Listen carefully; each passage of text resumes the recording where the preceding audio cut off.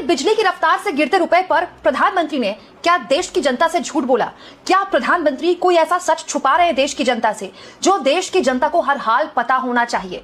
दोस्तों, प्रधानमंत्री इस वक्त विदेश दौरे में है, लेकिन घरेलू राजनीति में और घरेलू अर्थव्यवस्था में कुछ ऐसा हुआ है जिसके बारे में भारत के लोगों से या तो सच छुपाया गया या फिर पूरा सच नहीं बताया गया। ये तो आप जानते ही हैं कि पीएम कह चुके हैं सोना चांदी नहीं खरीदना है, 1 साल तक पेट्रोल डीजल का कम इस्तेमाल करना है। उनके देखा देखी बहुत सारे बीजेपी के मुख्यमंत्री अपने काफिले वगैरह छोटा करने की वीडियोस वायरल कर रहे हैं। लेकिन इन सब के बीच दोस्तों, रुपए की जो गिरने की रफ्तार है वो अभी तक नहीं थमी है।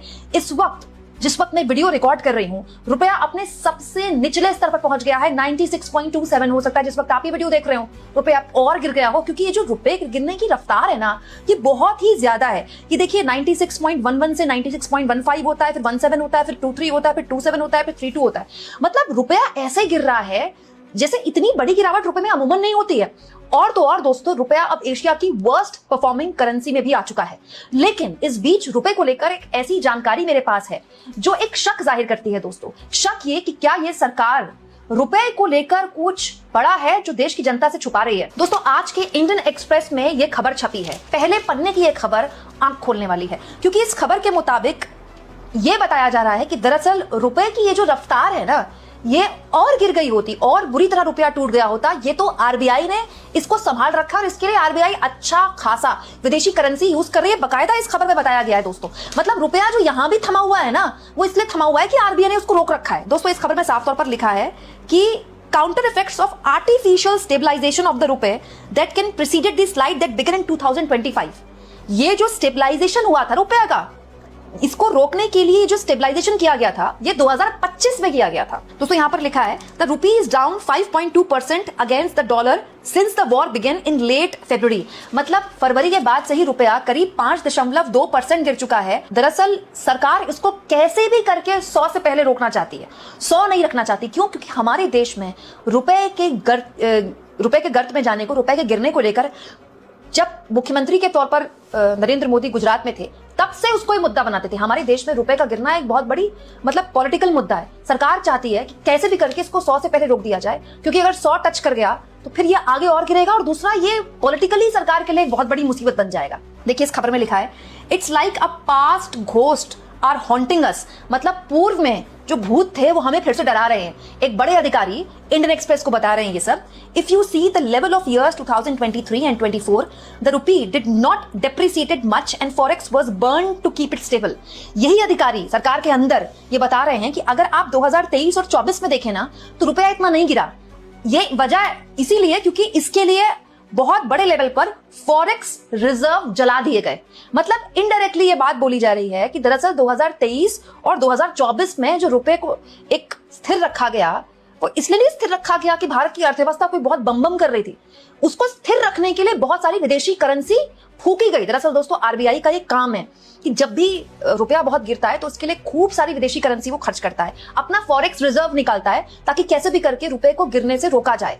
ये बात उसी ओर इशारा कर रही है। दोस्तों, इस खबर में आगे लिखा है it was artificially held back for so long, the next psychological level is of course 100 and if it crosses that level then it may slide further.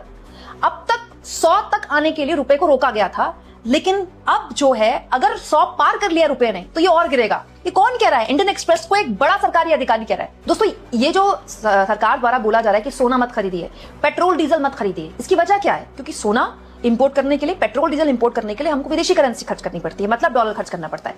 कल मैंने आपको एक खबर दिखाई थी दोस्तों, इंडियन एक्सप्रेस के ही बड़े पत्रकार, संपादक और अर्थशास्त्र की बहुत गहरी समझ रखने वाले उदित मिश्रा नाम के पत्रकार ने एक बहुत शानदार आर्टिकल भी लिखा है और उन्होंने अपने एक इंटरव्यू में एक बात बोली है कि इस सरकार के रहते एक बड़ी बहुत प्रॉब्लम आई है। देखिए, हमारी अर्थव्यवस्था में हमेशा से एक प्रॉब्लम रही है कि हमें जो इंपोर्ट है वो बहुत करना पड़ता है। मतलब तेल, सोना चांदी हमारा बहुत आता है बाहर से, हमारे पास इतने संसाधन भी नहीं है और हमारे पास रिसोर्सेज भी नहीं है, हमारे पास तेल की खदानें नहीं है, तो हमारा उसमें बहुत सारा फॉरेक्स रिजर्व खर्च होता है, विदेशी धन हमारा खर्च होता है, विदेशी करेंसी खर्च होती है। लेकिन 1991 के बाद से जो आर्थिक सुधार किए गए, उसने एक काम किया कि हमारा पैसा बाहर तो बहुत खर्च होता है सामान मंगाने में, लेकिन जहां से हम ये सब कुछ खरीदते हैं ना, वो देश हमारे देश में निवेश कर लेते हैं, तो वो हमारा जो है वो बैलेंस ऊपर हो जाता है। निवेश इतना आ रहा था भारत में कि वहां जहां हम डेफिसिट में थे, वो हमारा कैपिटल जो गेन था उससे हम फायदे में आ गए थे।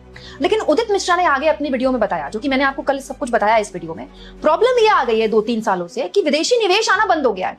निवेशक यहां से पैसा निकाल के जा रहा है और जो हमारा खर्चा था वो वैसा ही है, इनफैक्ट बड़ा है। और ये सब कुछ बस ये कह देने से कि सोना मत खरीदो, पेट्रोल डीजल का इस्तेमाल मत करो, हो नहीं सकता।